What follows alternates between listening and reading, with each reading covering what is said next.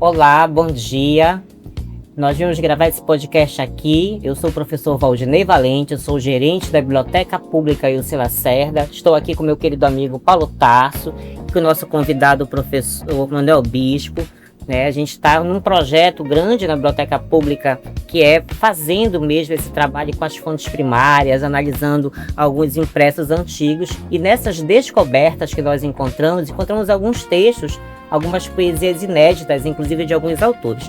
E aí, nessa leva de vários autores que nós encontramos, nós nos deparamos com algumas produções do professor Manuel Bispo. Aí falei, vamos convidar o professor para a gente poder ter esse bate-papo, para a gente poder conhecer um pouco mais desse cenário, grandioso da literatura do Amapá, lá pela década de 60, a produção do professor Manuel Bispo, aquilo que ele tem produzido, aquilo que ainda tem para lançar. Então a gente tem esse bate-papo agora para isso. Então, a gente encontra nos jornais antigos ainda muita coisa da década de 60 sobre Manuel Bispo. Eu vou pedir aqui ao Paulo Tarso fazer um comentário breve, querido, sobre quem é essa figura icônica aqui do estado.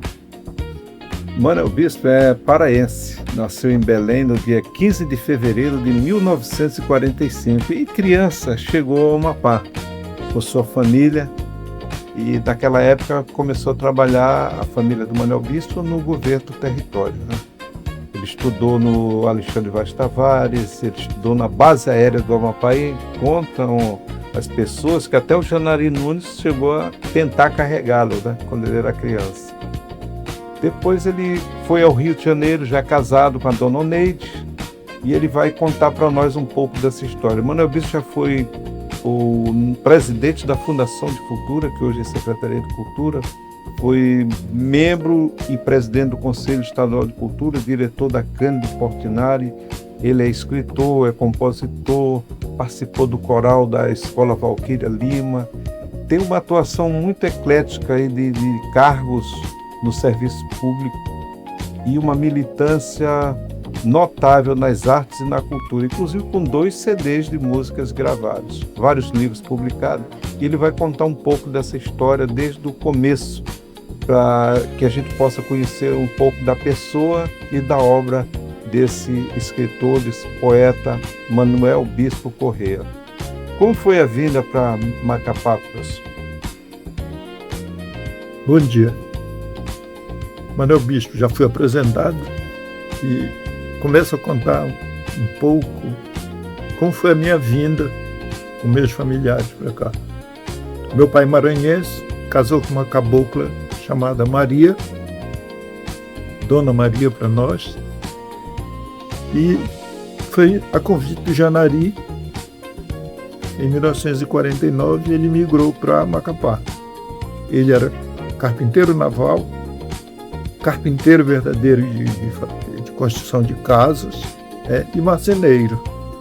Então não tinha isso aqui em Macapá. Ele se deu muito bem, porque ele era o dono das profissões. E eu, Gitinho, 4 anos de idade, aos 5 nós fomos para a base aérea do Amapá. Eu tenho até uma curiosidade com relação a como nós moramos aqui. Existe agora uma loja no canto da Pedro Baião. Bem ali havia uma casa. Foi a primeira casa que nós moramos. Nossa família morou e era uma casa. Eu estava comentando com minha esposa essa brincadeira do destino. A casa era de barro. O dono da casa era Belarmino Paraense de Barros. E ele foi o gerente da olaria territorial, que tratava com barro também. Então, a gente juntou essas coisas e pareceu até engraçado.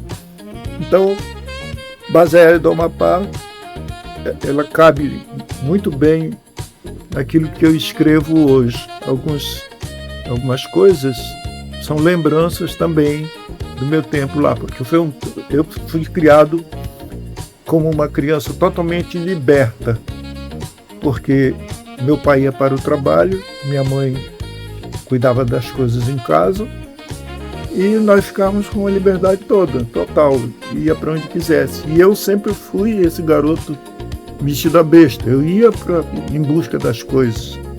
E na base aérea, acho que isso tem uma certa importância de falar. Na base aérea havia os restos do período da guerra, que lá era uma base americana.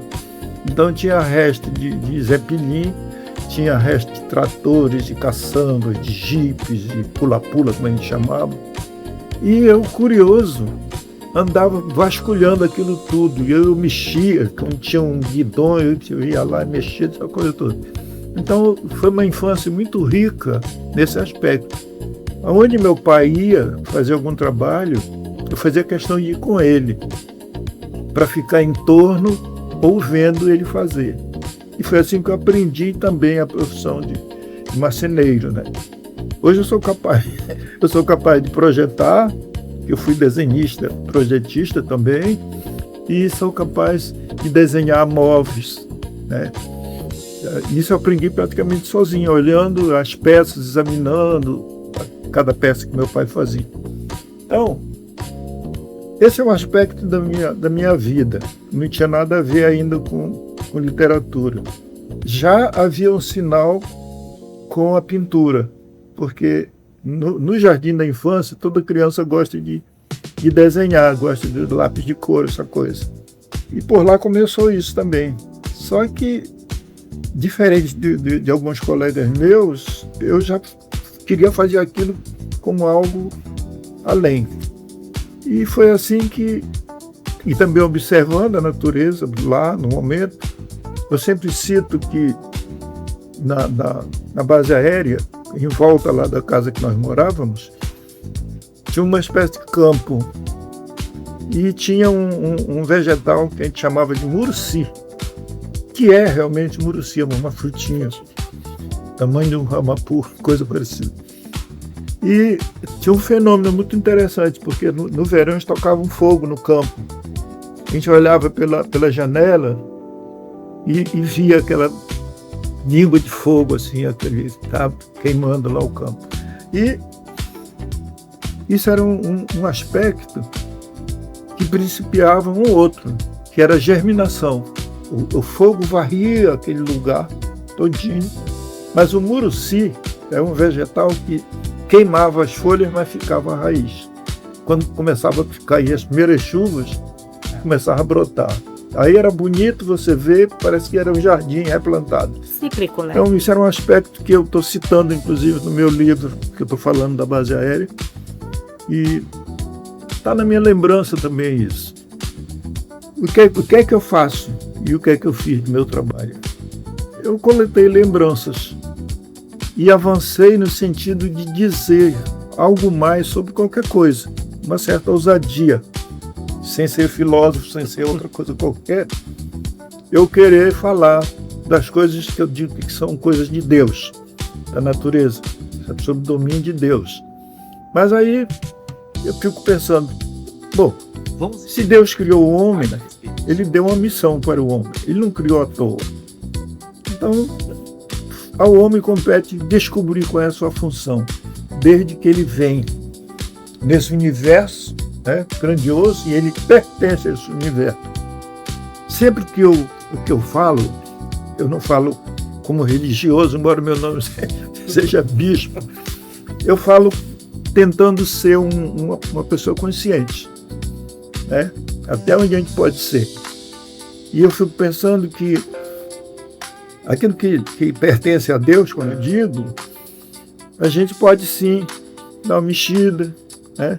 É o que faz o poeta, né? É o que fazem os escritores, que fazem os artistas em geral. É mexer com uma coisa que está, digamos assim, pronta. Deus dá a natureza, o homem vai pintar, retrata essa natureza. As coisas invisíveis a olhos nus, elas vêm à tona através da caneta, hoje do computador, dos escritores que criam histórias, criam poesias, canções e tudo. Então, o mundo é fertilizado por essas coisas todas, né, que saem do homem, mas que a gente tem que pensar que isso não sai só do homem. Nós somos uma ponta de um processo, né, que pertence a Deus, como eu disse.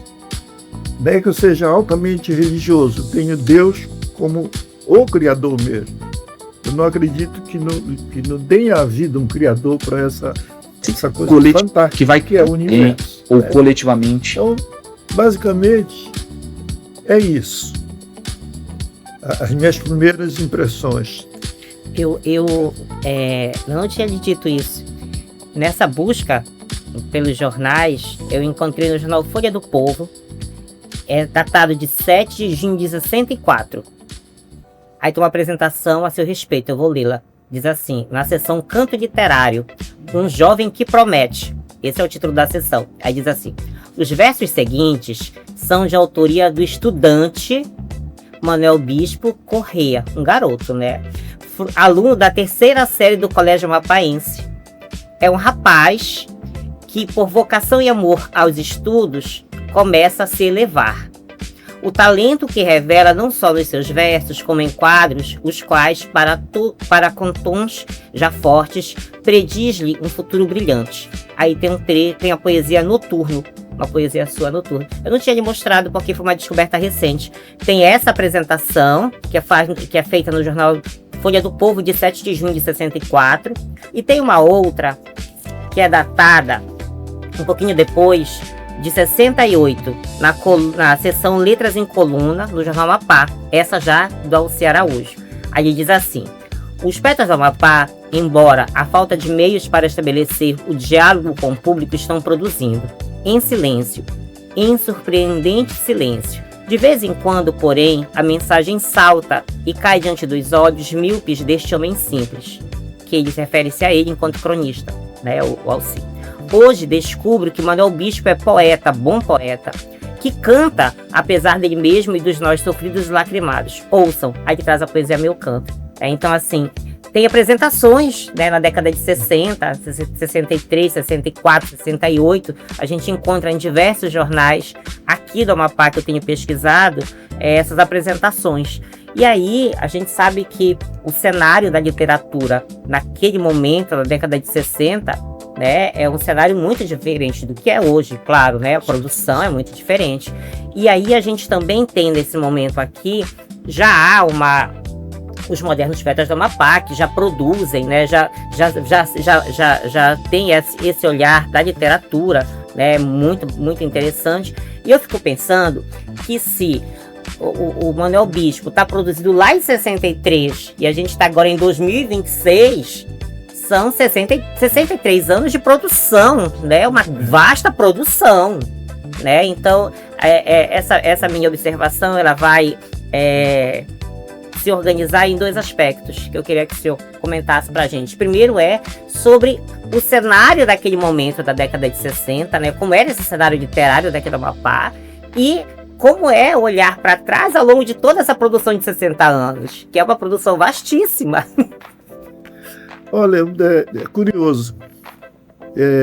Você olhar, às vezes brincando, e dizer, agora toda vez que eu falo, eu tenho que dizer 50 anos atrás, 40 anos atrás, esse negócio todo. Mas realmente, essa apresentação do Noturno, ela tem um dado especial. A dificuldade que ele tinha para publicar alguma coisa, sendo a gente desconhecido, a imprensa era do governo, né? O jornal que havia, chamava Jornal do Contra, né? Que era o Jornal do Povo.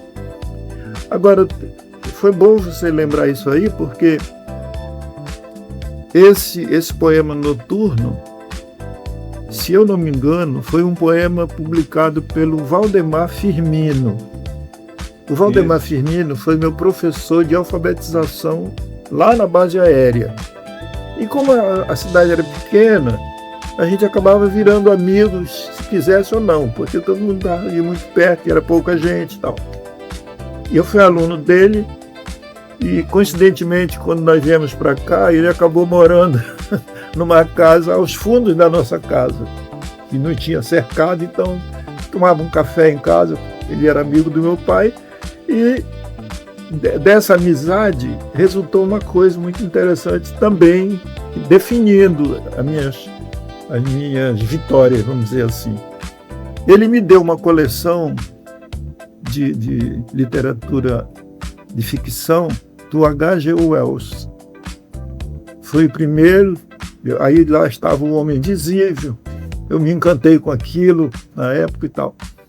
E depois, já nesse mesmo período que a gente já estava por aqui, um outro que tinha sido diretor da escola de iniciação agrícola, que era hoje tem nome do estádio daqui, Glicério Marques, fazendo lá uma faxina na casa, e eu costumava limpar o quintal, lavar a casa, que as casas eram tudo de soalho de madeira, e eu ganhava um trocado lavando a casa dos outros, né?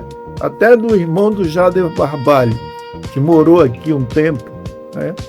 Eu era o lavador da casa dele. Então, tinha essas curiosidades, né? E o Valdemar Firmino publicou esse poema no jornal Folha do Povo. Me parece que ele foi o primeiro a me dar esse espaço. Não estou bem lembrado, mas parece que foi. Então, esse pessoal ajudou realmente a ir construindo esse caminho, tá? Aos poucos, e me dando a certeza, mais ou menos, de que eu estava certo naquilo que eu estava fazendo. Uma curiosidade, Manuel Bispo, nessa época você conviveu com os poetas pioneiros, os poetas burocratas como Alcir, o Álvaro, o Arthur Neri Marinho, o Cordeiro Gomes, o professor Araci. Desses aí, alguns publicaram em 1960 a primeira antologia poética do Amapá. Convivi com ele. Você conviveu com ele. E como é que você despertou assim a vocação literária? Primeiro a gente vai falar da literatura e depois das artes visuais. Se as duas artes chegaram juntas até você.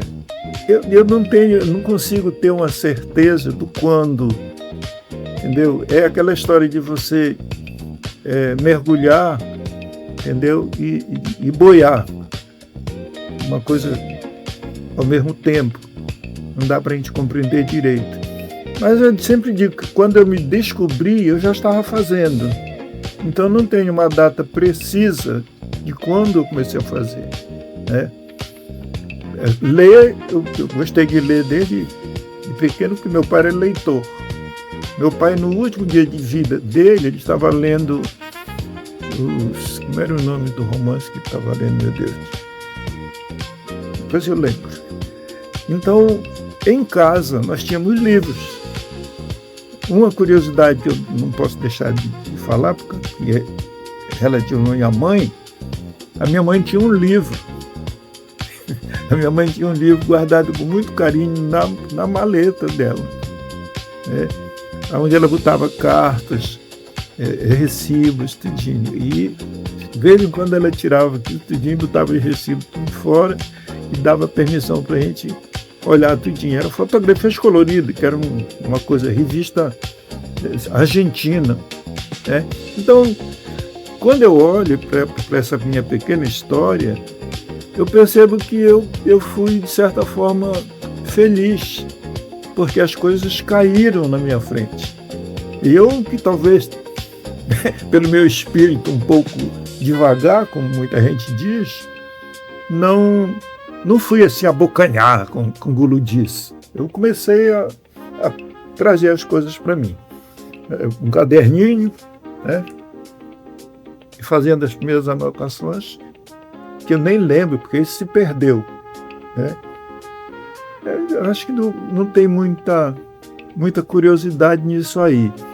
Não tem explicação para esse princípio. Mas é um princípio recente, né? Porque assim, em 63, que dava os seus primeiros textos nos jornais, você devia estar com o quê? 17, 18 anos, né? Por aí, então. 73? 63, né? 63 estava com 18. Então já é novo, né? Novo para estar produzindo tanto. Mas eu já vinha proibindo antes, eu já vinha produzindo antes e guardando, né? Alguns dispersei e tal. Mas eu acho que eu devo ter começado mesmo aos 14, porque as duas coisas começaram juntas. Quando eu resolvi ser pintor, eu já tinha uma outra história que eu não sei se tem tempo para contar. Eu trabalhei na olaria territorial, que não existe hoje mais. E tinha um departamento lá que era praticamente do R-Peixe. Não permitia que a molecada subisse. E eu ficava lá no pé da escada esperando uma oportunidade para subir para ver o R-Peixe pintando. O R-Peixe pintava vasos e cinzeiros, essas coisas todas. Resumindo a história, depois que o peixe saiu de lá, o meu primeiro emprego foi ser o pintor da olaria territorial. Por incrível que pareça, quem me deu esse emprego foi o Valdez, um Valdez da época. E quem me deu o último emprego aqui foi o Valdez Góes. Entendeu? Aí eu brinco com meus netos dizendo, olha, eu comecei com o Valdez, terminei com o Valdez. Brincando com ele essa história. Então, adentrei, depois de eu ter passado pelo trabalho de carregar tijolos, quebrar pedra, tinha um negócio de quebrar granito, que era status. Só ia para quebrar granito. O bam. E eu passei por isso tudo. Eu fiz uma espécie de carreira dentro da olaria. Terminei como pintor da olaria. Fui desenhista dessas lajes mortuárias.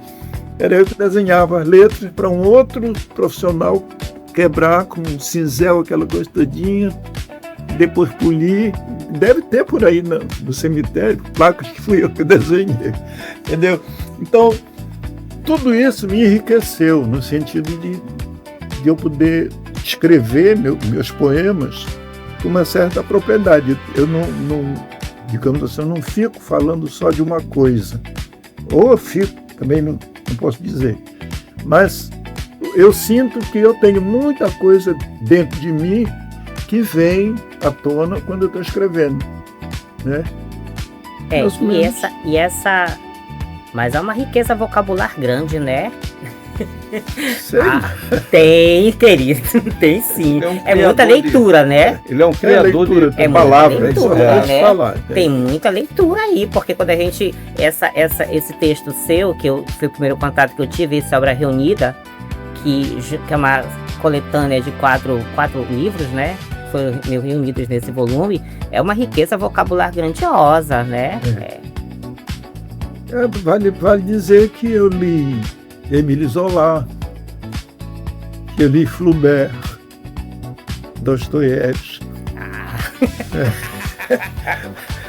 Deve ficar alguma coisa de tudo isso, né? A gente passa, se lambuza e tal. É um mistério. E é muito interessante que você viva esse mistério. As pessoas, às vezes, não têm coragem de viver o mistério da vida. Se limitam a um determinado fazer, né? Deixa ir a vida. Eu sou desse tipo guloso. Vou contar uma coisa aqui para vocês, que uma vez a minha mãe quase me mata de comida, não de fome. Porque eu era guloso, eu chegava na mesa e eu queria comer mesmo, porque eu passava o dia traquinando. Aí quando eu chegava lá do almoço, estava faminto, né? Então uma vez botou a panela toda na minha frente que eu tinha que comer, senão eu ia apanhar. Eu comia até passar mal. Entendeu? Foi a maldade que a única maldade que a minha mãe fez. Minha mãe Maria tem um poema muito interessante nos meus pequenos que eu fiz para ela. Eu era ajudante dela lavando roupa. Nós descíamos lá para a beira de um riacho que tinha atrás da nossa casa, lá na base aérea. E a minha mãe era lavadeira dos diretores da escola. Eu ia com ela. Aquelas roupas maiores, eu estava com 6 para 7 anos nessa época. Eu metia a mão lá e ajudava ela a fazer.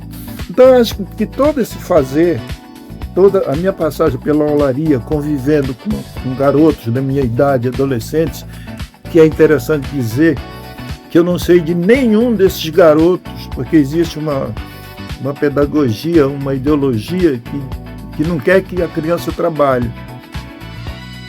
Eu não vou me citar como exemplo, mas eu posso dizer que eu trabalhei. Desde 6 anos eu carreguei marmita, já contei esse pedaço, entendeu? E eu não sinto, não tem nada que eu possa dizer assim, por que eu trabalhei? Por que eu não estava estudando? Já falei assim, puxa, se eu tivesse estudado mais matemática, eu teria desviado o meu caminho, né? Se eu tivesse aprendido matemática. E eu fui reprovado em matemática, né? Pelo Lucimar Amora del Castillo. Então, essa é um pouco da minha pequena história, entendeu? Mas Bispo, eu queria saber assim, como era a convivência de vocês naquela época, com os intelectuais, anos 60, anos 70, que eram poucas pessoas que exerciam essa função aqui. Esse grupo, né? Era um grupo, eu posso dizer que era um grupo fechado. Muito fechado. E eu já falei... Como é que você começou a conviver com eles? Isnar Lima, foi aos poucos. Abdias Araújo, que é mais recente. Não, Abdias é meu amigo, a família dele era amigo da minha família, até hoje. Mas o processo foi esse. Onde eu sabia que eles estavam, eu estava lá perto. Ficava perto. Estava perto. Não se aproximava matando muito. A curiosidade, ouvindo o que eles falavam e tal. Eles não me conheciam, né? Quem me conhecia era o Alceu Araújo. Nem posso dizer que conhecia, porque quem fez os móveis para o casamento do Alceu Araújo foi meu pai. E o Alceu Araújo visitava lá a oficina do meu pai para ver se já estava pronto aquele negócio, e aí às vezes ia com a esposa. A professora Deusí. Depois eu brinquei com o Ciné dizendo, ué, Ciné, eu sou o que te conheceu primeiro, porque eu te conheci na barriga da tua mãe. Ela é gestante, né? Então, esse detalhe.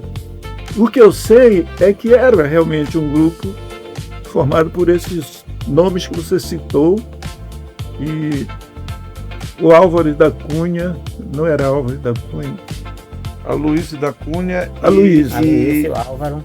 O Aloysio e o Álvaro da Cunha. O Álvaro da eram Cunha, os irmãos. Exato. O Aloysio eu convivi mais, eu trabalhei junto com ele na divisão de produção, né?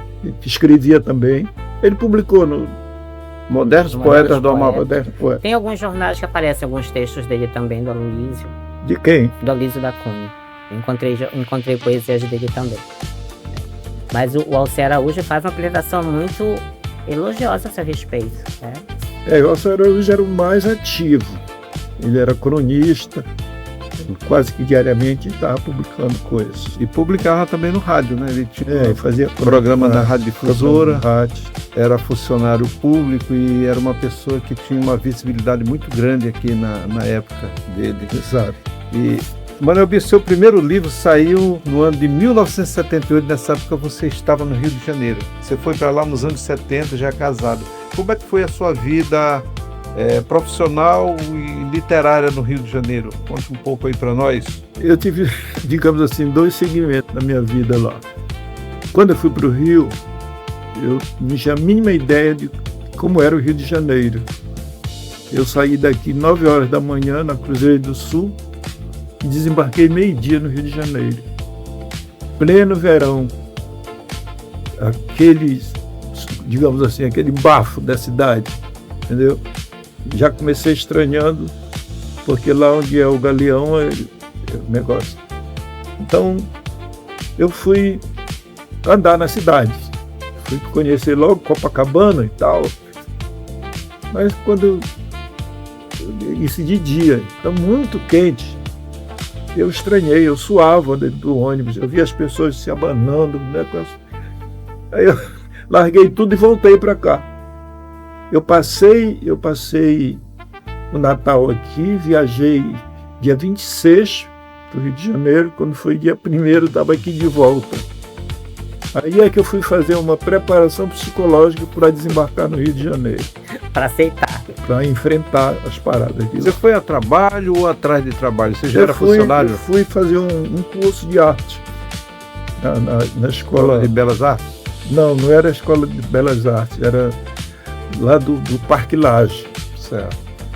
Era um curso de 3 anos. Aí ganhei algumas premiações por lá e tal. Depois eu fiz um teste, eu gostava de desenho mecânico e fui fazer um curso. Quando eu estava fazendo o curso, eu fui convidado para ser um professor da escola. Só que eu disse, eu não quero porque eu moro longe e para sair de noite, 10 horas, 11 horas da noite, para ir para onde eu morava no Lins, em Vasconcelos. Aí eu não aceitei. Mas aí o cara me fez uma proposta. Então, você quer trabalhar na profissão? Eu disse, quero, estou precisando. Aí ele me levou para fazer um teste na Light. E eu fiz um teste de desenho lá e fui ser desenhista de sistemas elétricos. Olha só, tinha nada a ver com o que eu fazia. Mas eu me dei bem, porque desenho eu gostava. Peguei o material, peguei um chefe bacana, simpático comigo, e logo eu dominei. E ganhei o cartaz porque eu não só fazia o desenho técnico, eu fazia ilustrações, eu desenhava a cores, essa coisa toda, e ganhei a simpatia do chefão, né? Quando ele ia fazer as reuniões dele, eu é que preparava o material, tudo bacana para ele. Na época não tinha o PowerPoint, né? Tinha que ser tudo e para fazer criação. O livro, foi assim, foi feito de favores. O meu cunhado trabalhava na White Martins, no setor de Xerox. Ele disse, olha, eu estou querendo fazer um livro. Aí eu peguei, fiz tudinho no papel vegetal, escrevendo com aquela caneta normógrafo. O Cristais das O Horas. normógrafo, o Tem Cristais das as Horas, originais. que é 1978. Tem original manuscrito? Não, era normógrafo, é um Não, aparelho mas você ainda tem original manuscrito disso? ainda inteiros no papel vegetal. Que legal! Aí eu preparei tudinho e ele levava, tirava 10, 15 xerox, até formar o livro. Aí eu fiz esse livro, distribuí com os amigos lá da repartição, né? Eu tenho foto com ele lá, ganhei um concurso de perna, perna masculina mais bonita. Essas coisas aconteceram comigo, sabe? Eu sempre agradeço a Deus porque um monte de coisas aconteceram comigo durante a minha vida. Estou aqui já com 81 anos, já fiz 81, né? E feliz em receber, em compreender também o reconhecimento que eu estou recebendo de vocês, o respeito ao meu trabalho, sempre com essa ideia de que a floresta não é feita só pelas grandes árvores. A floresta ela é um todo. A grande árvore com as raízes fortes, as pequenas árvores que recebem da mesma forma o ar, a chuva e tal. Então, a minha consciência não é que eu queira ser o maior. Se acontecer de alguém dizer que eu sou bambambam, é problema de quem diz. Não é isso que eu busco. O que eu busco é, digamos, levar um texto que bata no coração da pessoa. Que depois que ele lê aquilo, alguma coisa se modifica nele.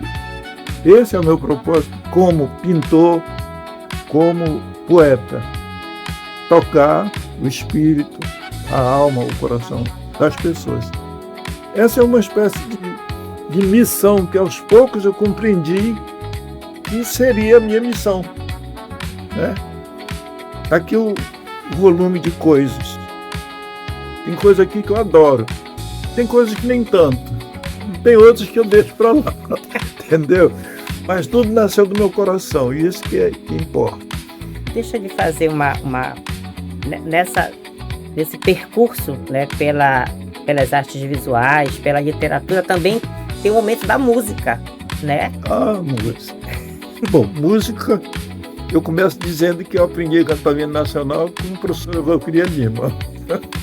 Que é mãe do Ela e o Sná chegaram lá na base aérea, nessa época. Sná sempre foi aquele branquelo, né? Vestido ainda de branco, com uma camisa, uma calcinha de suspensório, né? Meia branca, aquele sapato, era o Sná. O mesmo Sná que a gente vê depois de adulto, era aquele Sná. Então, a música eu adorava cantar. Cantava o hino nacional assim, vibrando. Aí, meu repertório começou com Chiquita Bacana. Olha, contando essas coisas, você vai pensar que é brincadeira, mas foi assim que aconteceu. Depois eu fui descobrindo outras canções. A minha irmã mais velha, ela gostava de cantar. Só que ela não aprendia a melodia. Ela aprendia a letra da música. E ela ficava lavando uma louça, o que ela estivesse fazendo, ela estava cantando. Mas ela pegava a letra da música e levava do jeito que ela queria. E eu aqui aprendendo a letra, depois eu aprendia a melodia direito. Foi mais ou menos assim que eu me enveredei pelo lado da música. É importante dizer que... Você tem composições, né? Em determinado momento... São 2 CDs, né? Gravados? Tem 2 CDs de material para mais uma porção. A minha mãe ficava chateada comigo porque eu comprava aqueles folhetos vendidos lá no Café Continental, que vocês não conheceram, e eu pegava aquelas letras e começava a cantar do meu jeito. Eu ia inventando e fazendo na boca como se fosse um violão. Tanto isso era marmota minha. E a minha mãe ralhava, porque olha, já tá, quero dormir, não sei o que e tal. Depois eu fui analisando que o fato de eu fazer aquilo me ajudou a me tornar um compositor, criador de música, né? Que depois eu participei de pequenos festivais, etc. Tal, e O hábito com produzi 2 discos produzidos pelo Manel Cordeiro. Por sinal, eu gosto do primeiro mais do que do segundo. E eu ia trazer para você, mas eu levo lá para você os 2. Então, a música teve uma grande importância na minha vida, porque a música, ela não ocupa espaço. Onde você estiver, você pode estar cantando. Até para os mortos você canta. Você fez parte do coral da Escola de Música Valquíria Lima, né? Fiz parte do Como coral. é que foi essa experiência lá? Eu fiz um teste e passei. Eu queria ser o tenor. Mas aí a professora não deixou eu fazer a voz de tenor. Eu fiz uma voz, ela classificou como baixo e não botou no baixo, né? Mas foi excelente. A Zaide era sua colega? A Zaide Soledade foi sua colega? Era colega minha, soprano. A Zaide era soprano. E viajamos, cantamos no Paraná, cantamos em Poços de Caldas, cantamos nessa estrada, nessa BR do Brasil, onde a gente parava no restaurante, descia todo mundo e estava cantando e todo mundo estava comendo por ali, prestava atenção. Uma verdadeira aventura que nós vivemos através do coral. 2 viagens. Quando o Capi era governador na época, ele nos deu as passagens. Mas antes era o Barcelos. Barcelos botou o comandante Dalina à disposição da gente para levar para Belém. Belém pegamos ônibus, viajamos até o Paraná. Quando nós cantamos em Poços de Caldas, nós recebemos um convite do gerente como é que a gente chama? Do coral do Paraná para o festival. Nós nem acreditamos que aquele convite era verdadeiro. Quando foi um dia, chegou o convite e nós fomos, olha, coral de lá de Manaus, por sinal, me surpreendeu, foi o melhor coral. E cantamos no Paraná e fomos recebidos com toda a honra, sabe? Você chegar e ser recebido assim no aeroporto e não ter nenhum contratempo, nenhuma preocupação, foi como nós fomos recebidos lá, entendeu? Fizemos tour, aproveitamos a cidade, entendeu? E, lamentavelmente, esse coral se desfez. Houve um momento que o pessoal começou a ligar um para o outro para querer aí meter o negócio de política no meio. Não deu mais certo, né?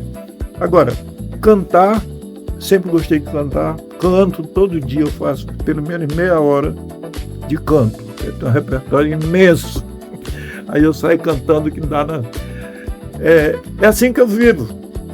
A minha nutrição, mais do que arroz e feijão, é essas coisas que eu faço. Querido, e essa quantidade de inéditos? É inéditos de poesias, é inéditos de música, tem muita coisa para publicar, né? Tem muito material. Eu já não gosto de falar em número, porque parece que eu estou me gabando. Mas eu tenho 400 letras de música, ou mais, né? 400 eu sei que eu tenho. E Isso está digitado ou manuscrito? tem digitado e tem manuscrito. Como é que você lida com isso? Porque, professor Valete, eu convivo com o Manuel Bispo já há um bom tempo. E sempre ele traz o encadernado, ele lê para a gente vários textos. O senhor falou agora dessa produção imensa que ele tem. Agendas. De vez em quando a gente dá uma agenda para o bispo, você não usa agenda, dá para o bispo que ele preenche com poema. Estou usando Como é que você- aquela agenda que você me deu. Como é que você lida com isso? Complementando aqui a pergunta do Eu professor. trouxe uma agenda que é a primeira, está ali na minha sacola. E trouxe a última, onde eu registrei os últimos poemas que eu escrevi, dessa linha dos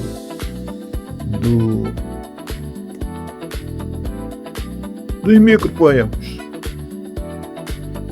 Eu estou achando assim que o veio está acabando. Mas quando eu sento e pego a caneta, venha, eu escrevo. Eu não forço a barra. Quase que diariamente você produz, né? Diariamente Porque há eu produzo. muito tempo eu conheço o Manuel Bispo. Toda semana ele chega lá na biblioteca com alguma coisa nova para gente. Olha, isso aqui. Dá para mostrar um pouco Claro. isso aqui? Você pode dar uma olhadinha aqui, que são coisas recentes, brincadeiras. Tudo inédito. Tudo inédito. Eu não paro de produzir. Ontem eu puxei... Não é uma continuidade, são poemas distintos. A pessoa que passa no computador para mim deu de passar desse jeito aí. Mas por enquanto é só para eu poder ler direitinho, para ir fazendo as devidas correções. Manuel Bispo, em 2007 você lançou Palavras de Festim, aquele livro formato A4. É uma espécie de uma experiência estética nova na sua criação literária. Como é que surgiu aquele livro, Palavras de Festim? Eu não sei se tu já observaste que eu tenho mania de ficar fazendo piada das coisas que eu vou O ouvindo. toque de humor que existe. Tem esse humor. Dentre muitas qualidades literárias, estéticas da sua obra, tem o humor. Tem os trocadilhos, os jogos de Eu palavras. resolvi aproveitar esse humor nesse trabalho. Aí eu sentei, isso eu escrevi em pouco tempo, porque era como se já tivesse na cabeça. Aí eu peitei, eu lembro que no E você dia... começa sempre escrevendo à mão, né? É. Você sempre escreve à mão, né? Escrevo à mão. Pois, ultimamente eu não tenho pego em computador. Eu estava batendo no telefone, por isso que acho que até que bandalhou com o telefone. Mas é esse o encaminhamento, entendeu? E esse Palavra de Festim já me deu muita satisfação. E eu vou relatar para vocês aqui que eu recebi quase que uma intimação de uma pessoa que vai publicar uma reportagem sobre Palavra de Festim na revista literária da Universidade de São Paulo.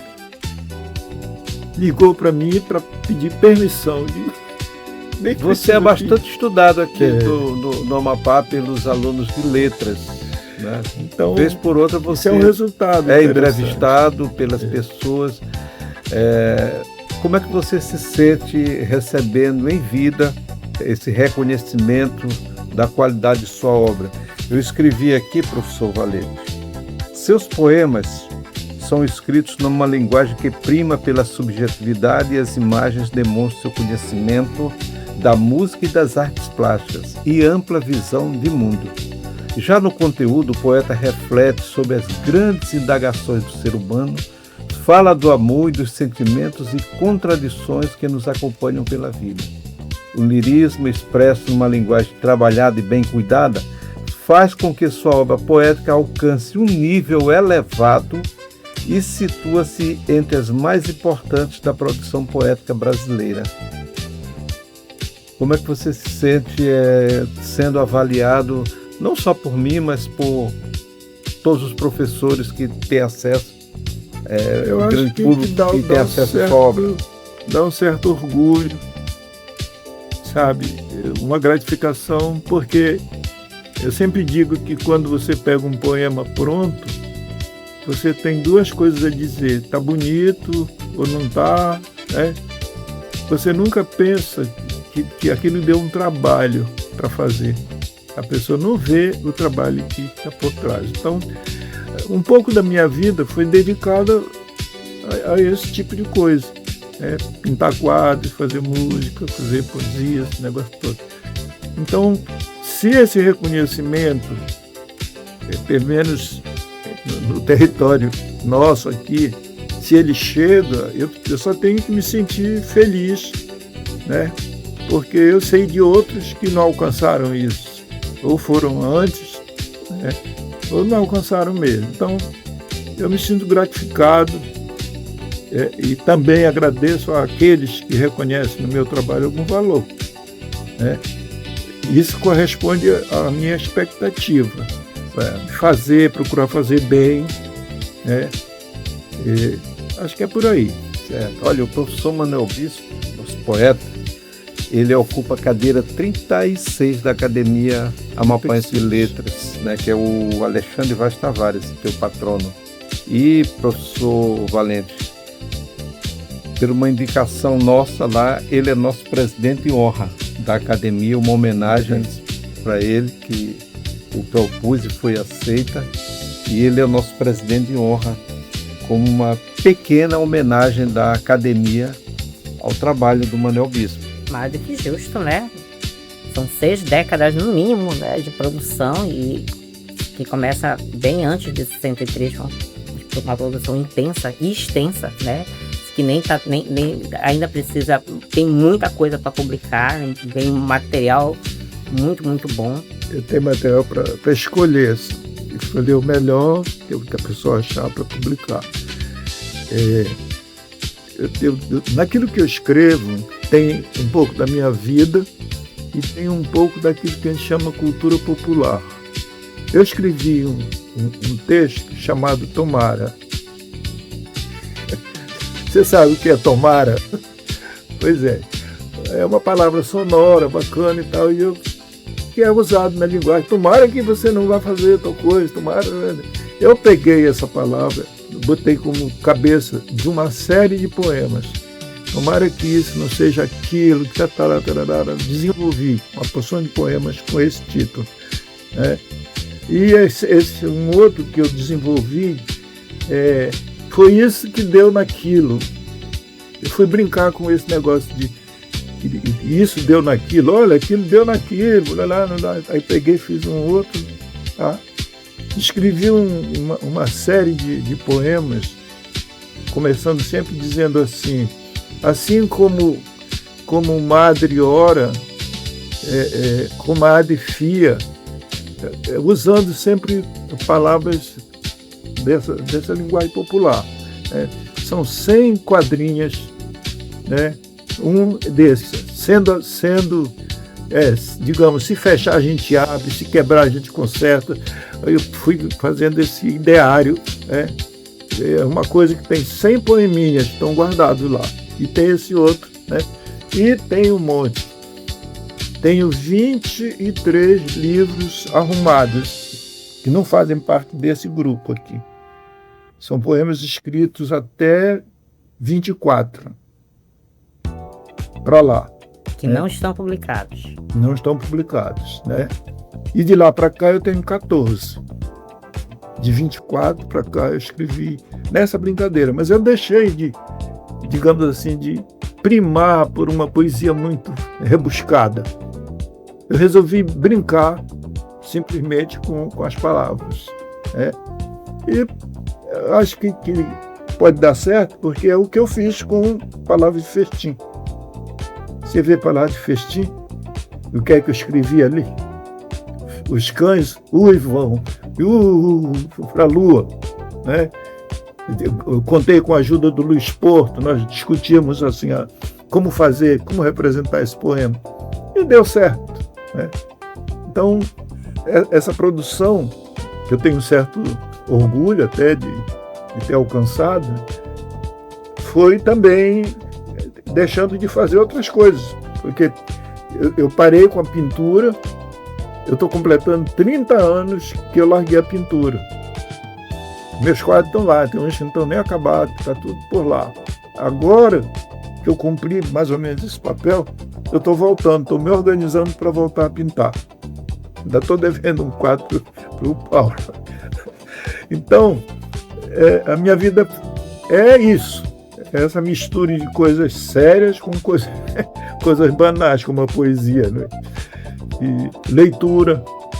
Não deixe de ler um pouco de noite, não deixe.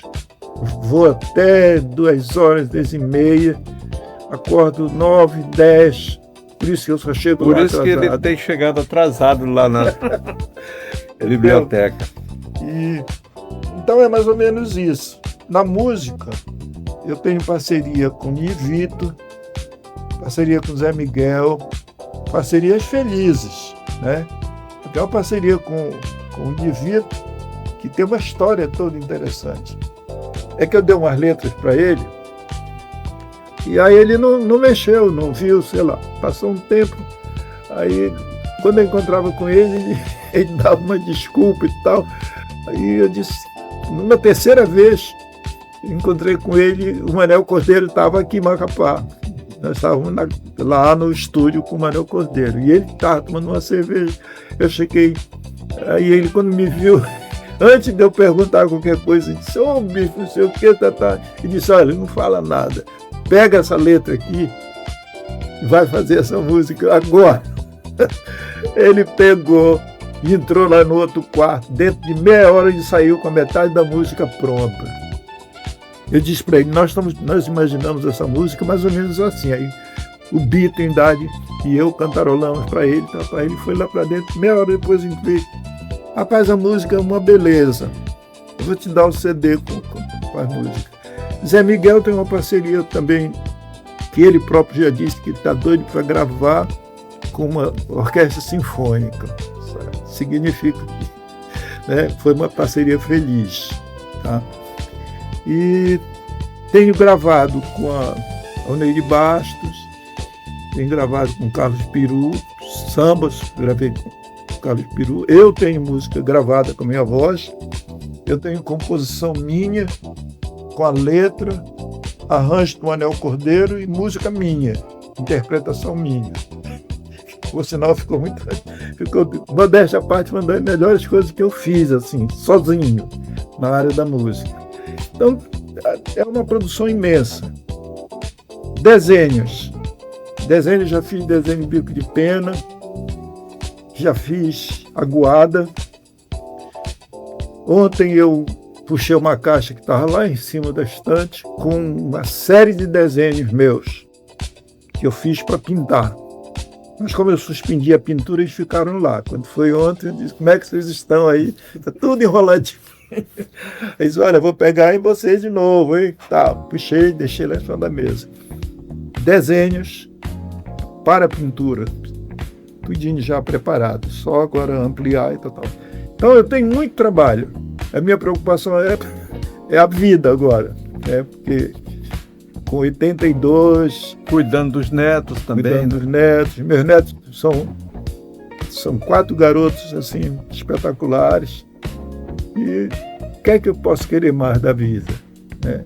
Quero mais que os outros tenham o que eu tenho. Né? Que todos sejam também agraciados. De modo que é isso. Paulo, eu acho que a gente pode encerrar. Eu quero agradecer, né, você ter aceitado o nosso convite de contar um pouco dessa trajetória, né, nesses 60 anos, né? Não dá para rememorar tudo, né? Não. Muita história, né? Mas eu fico muito feliz porque, de certo modo, a gente se sente abraçado nesse mundo desse percurso da literatura do Amapá, né? Então, primeiro, eu lhe agradeço, e segundo, eu lhe parabenizo por essa produção tão robusta, né? E ainda a gente fica sempre nesse anseio de querer ver mais, né? De querer ver, né? Eu trabalho com fontes primárias, então interessa muito a mim os manuscritos, como é que sai o primeiro texto, né? E isso para mim é muito importante. Então, eu fico muito, muito feliz de ver que tem muita coisa ainda que tem para ser lançado. Muito obrigado, Manuel Bispo. Estamos diante de um multiartista, uma pessoa que a gente precisa conhecer mais, como disse o professor Valente, essa obra inédita que é muito superior à que foi publicada, e que você em breve retorne para a pintura, porque você tem um nome também das artes plásticas aqui do Amapá. Muito obrigado, Manuel Bispo. Olha, eu que agradeço. Me sinto muito gratificado, né? Porque é como você falou, a gente ter esse reconhecimento ainda em vida é muito importante. Eu sempre fico lembrando que todos nós fazemos parte de uma trilha. E ontem, ainda tem tempo de eu contar esse pequeno aqui para vocês. Eu já falei lá na sala para você que eu fiz uma espécie de teste com o meu cérebro, mexi com o meu cérebro, né? Porque olhando assim as pessoas, a gente percebe que as pessoas vivem um cotidiano ali repetitivo, só aquilo mesmo, tal. E eu comecei a desenvolver uma ideia de que você tem um mundo dentro de você. Só que você não presta atenção, você não se volta para si, você está tão ocupado com as coisas externas que você esquece que você tem um mundo. Isso que está gravando. Eu digo é o seguinte, você começa sendo um elemento. Eu costumo dizer que eu sou um grão de pólen, né, na grande fertilização dos girassóis, ou das grandes plantações de frutas, legumes e tal. A gente, na verdade, é isso. O universo que a gente vive é um universo para a gente se orgulhar de fazer parte dele. A gente não fazer nenhuma coisa que contraria essa ordem natural, essa dinâmica fabulosa que tem a natureza, que nos acolhe, nos cuida, né? De modo que nós possamos ter a felicidade como meta e às vezes possamos alcançar essa felicidade. Então isso não é religião, não é autoajuda. Eu não trato dessas coisas. Eu trato disso aqui, dessa individualidade que você tem pertencente ao universo, a essa grandeza do universo. Por menor que você seja, numa cadeira de roda, num hospital, você ainda é essa figura. Você tem como é que eu vou chamar? Alguma coisa que está ligado a Deus. Você tem uma ligação com Deus, com algo. A gente chama Deus, porque chama Deus. Mas pode ser algo inexplicável, que é essa dinâmica. Recente agora, eu observando a questão lá da Lua, eu fiquei pensando, a gente ainda não tinha olhado o outro lado da Lua, né? E finalmente chegamos a esse momento de chegar mais perto, olhar de perto. Isso, na minha cabeça, é uma coisa pequena, é o princípio de uma grandiosidade. O universo está à espera da gente. Mas nós somos abobalhados. Nós preferimos fazer guerras, nós preferimos fazer intrigas, né? Preferimos destruir do que construir. Isso nos atrasa. Porque era para nós, no terceiro milênio, né? Já era para ter está cultivando morangos em matos. Até brinquei com essa frase, né, dizendo, se a gente não fosse tão dispendioso, a gente já estaria realmente plantando morango em Marte. Estaria muito mais longe, a gente está pelejando para chegar na Lua. Ainda não podemos dizer que já dá um poema, né, Manuel Bispo? Já é mais um motivo para você escrever. Está entendendo? E eu, essa noite eu estava deitado, pensando um pouco, me veio na cabeça uma tela. Uma tela que é assim. Eu vi benzinho isso, bem claro, né? Não sei se eu vou conseguir pintar, porque às vezes a gente não consegue. É uma escada que começa desse lado, aí ela vai, e bem aqui tem um garoto de costa, seguindo para o primeiro degrau. Aí essa escada vai e some no horizonte, depois ela vira um ponto de luz lá em cima, e depois ela desce para cá, aí vem saindo um ancião. uma pessoa de barba branca descendo esse último degrau.